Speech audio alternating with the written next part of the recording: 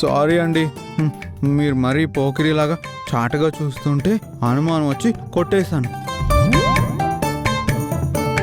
మీరు కొట్టినా నాకు చాలా హెల్ప్ చేశారు. ఈరోజు మీరు నన్ను కొట్టకపోతే నా ప్రేమను ఎప్పటికీ చెప్పేవాడిని కాదు. మా అక్కని మీరు పెళ్లి చేసుకుంటారా? మీ అక్కనే పెళ్లి చేసుకుంటాను, ఇంకెవరిని పెళ్లి చేసుకోను.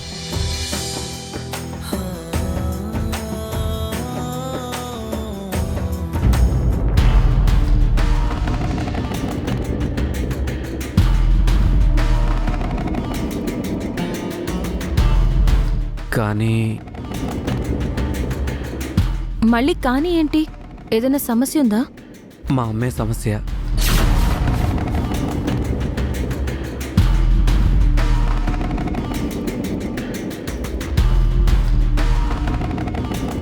నేను మీ అక్కను పెళ్లి చేసుకోవాలంటే మీరు మా అమ్మను ఒప్పించాలి. అదేంటి, మీ అమ్మ నువ్వు ఒప్పించలేవా? మీకు పాత సినిమాల్లో సూర్యకాంతం గారు తెలుసు కదా, ఆవిడ టైపు మా అమ్మ.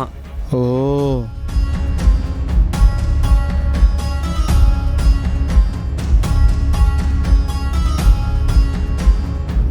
సరే, మీరిద్దరూ ఒకరినొకరు ఇష్టపడుతున్నారు కాబట్టి మీ అమ్మగారితో నేనొచ్చి మాట్లాడి మీ పెళ్లి చేస్తాను.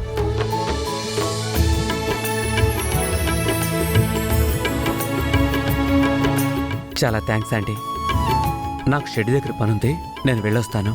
ఉమ్, నందిని, బాయ్. బాయ్.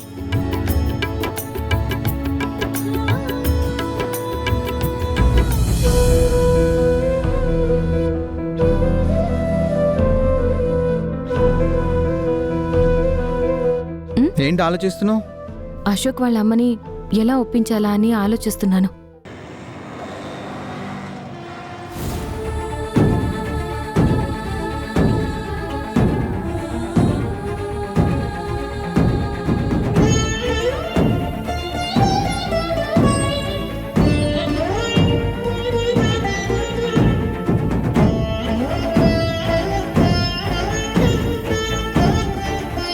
మామ్, ఏంటి ఎందుకంత టెన్షన్గా ఉన్నావు?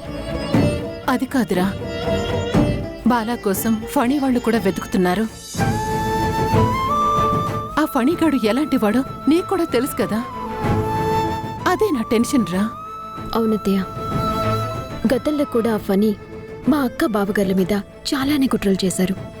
ఇప్పుడు కూడా ఫణిగాడు బాలా మీద, బాలా కూతురి మీద ఏ కుట్రలు చేస్తున్నాడో, ఏ కుతంత్రాలు పన్నుతున్నాడో అని నాకు చాలా భయంగా ఉందమ్మా. మామ్, మీరేం కంగారు పడకండి. ఆ ఫణిగాడు అన్నయ్య గురించి తెలుసుకునే లోపే నేను అన్నయ్యని, అన్నయ్య కూతుర్ని కాపాడి వాళ్ళెక్కడున్నా సరే ఇంటికి తీసుకొస్తాను. ఏవండి, మీరు బావగారిని తొందరగా పట్టుకోవాలంటే ఇంకా ఎక్కువ మంది మనుషుల్ని పెట్టి వెతికించాలి. అవునరా అనంత్, ఎలాగైనా బాలాన్ని త్వరగా ఇంటికి తీసుకురండ్రా. పాపం ఆ పసిపాపతో వాడెంత ఇబ్బంది పడుతున్నాడో ఏంటో. మామ్, ఇక నుంచి నేను అన్నయ్య పని మీదే ఉంటాను. ఆ ఫణిగాడి కంటే ముందే అన్నయ్యని పట్టుకొని ఇంటికి తీసుకొస్తాను. ఆ విషయంలో నువ్వు టెన్షన్ పడకు, అన్నీ నేను చూసుకుంటాను.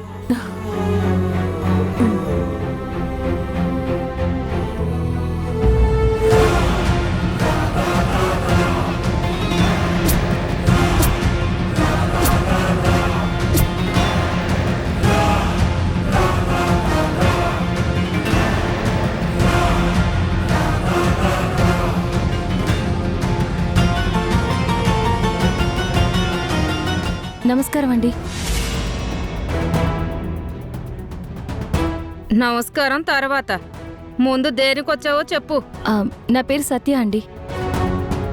నేను మీతో ఒక పెళ్లి సంబంధం గురించి మాట్లాడదామని వచ్చాను. పెళ్లి సంబంధమా? నీ మాటేమో ఆడపిల్లలాగా ఉంది, బట్టలేమో మగాళ్ళలాగా ఉన్నాయి. ఏంటా వేషం, ఏంటి విషయం? అదేం లేదండి, నాకు ఒక అక్క ఉంది, పేరు నందిని. తను మీ అబ్బాయి ఇష్టపడ్డారు.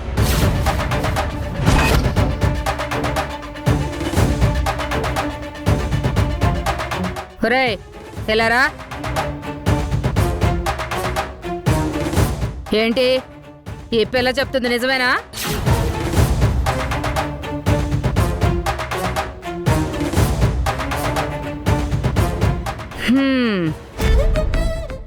అర్థమైంది. అయితే ఇప్పుడేమంటావు?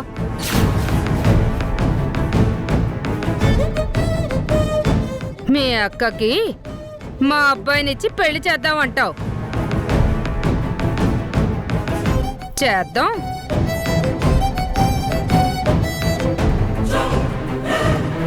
కానీ ఒక్క విషయం, నా కొడుకు మెకానిక్ షెడ్ పెట్టుకోవాలి. 10 లక్షలు ఖర్చు అవుతుంది.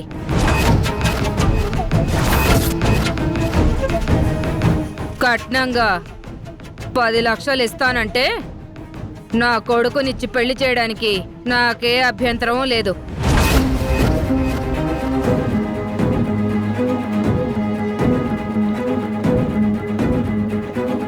పది లక్షలా?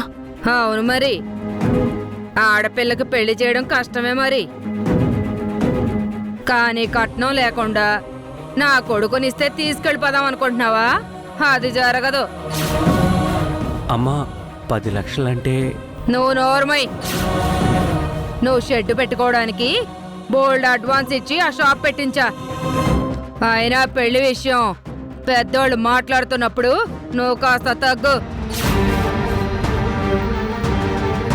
చూడమ్మాయి, నీ తరపున పెద్దోళ్ళు ఎవరైనా ఉంటే వాళ్లకు చెప్పి కట్నం ఇవ్వగలము అనుకుంటే నా గడప తొక్కు. లేకపోతే మళ్ళీ నీ చూపు నా ఇంటి వైపు పడకూడదు. లేదండి, ఆ డబ్బు నేను ఏర్పాటు చేస్తాను. మీరు కోరుకున్న కట్నం ఇచ్చి ఈ పెళ్లి జరిపిస్తాను. 10,000 అనుకుంటున్నావేమో. సరిగ్గా విన్నావా? 10 లక్షలు. అర్థమైందండి. 10 లక్షలు కట్నం ఇచ్చి మా అక్కని మీ అబ్బాయికి ఇచ్చి పెళ్లి చేస్తాను. మరింకే సంతోషం. కాఫీ టీ ఏమైనా తాగుతావా? వద్దండి. వద్దులే, గతికితే అతకదంటారు కదా. నువ్వు వెళ్ళి ఆ ఏర్పాట్లలో ఉండు. మంచి రోజు చూసి ముహూర్తాలు పెట్టిస్తాను. అలాగేనండి, వస్తాను.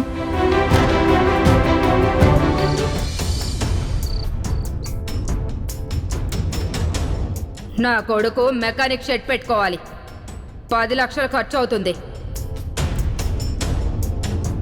10 లక్షలు ఇస్తానంటే నా కొడుకునిచ్చి పెళ్లి చేయడానికి నాకే అభ్యంతరం లేదు. 10 లక్షలు ఇప్పుడు అక్క కోసం ఎలా ఏర్పాటు చేయాలి? ఎట్టి పరిస్థితుల్లోనూ కూడా అశోక్కి అక్కకి పెళ్లి చేసి తీరాలి. అశోక్ అక్కని ఇష్టపడ్డాడు, అక్క కూడా అశోక్ని ఇష్టపడింది. వాళ్ళిద్దరూ పెళ్లి చేసుకుంటే సంతోషంగా ఉంటారు. ఎలా అయినా డబ్బు ఏర్పాటు చేయాలి.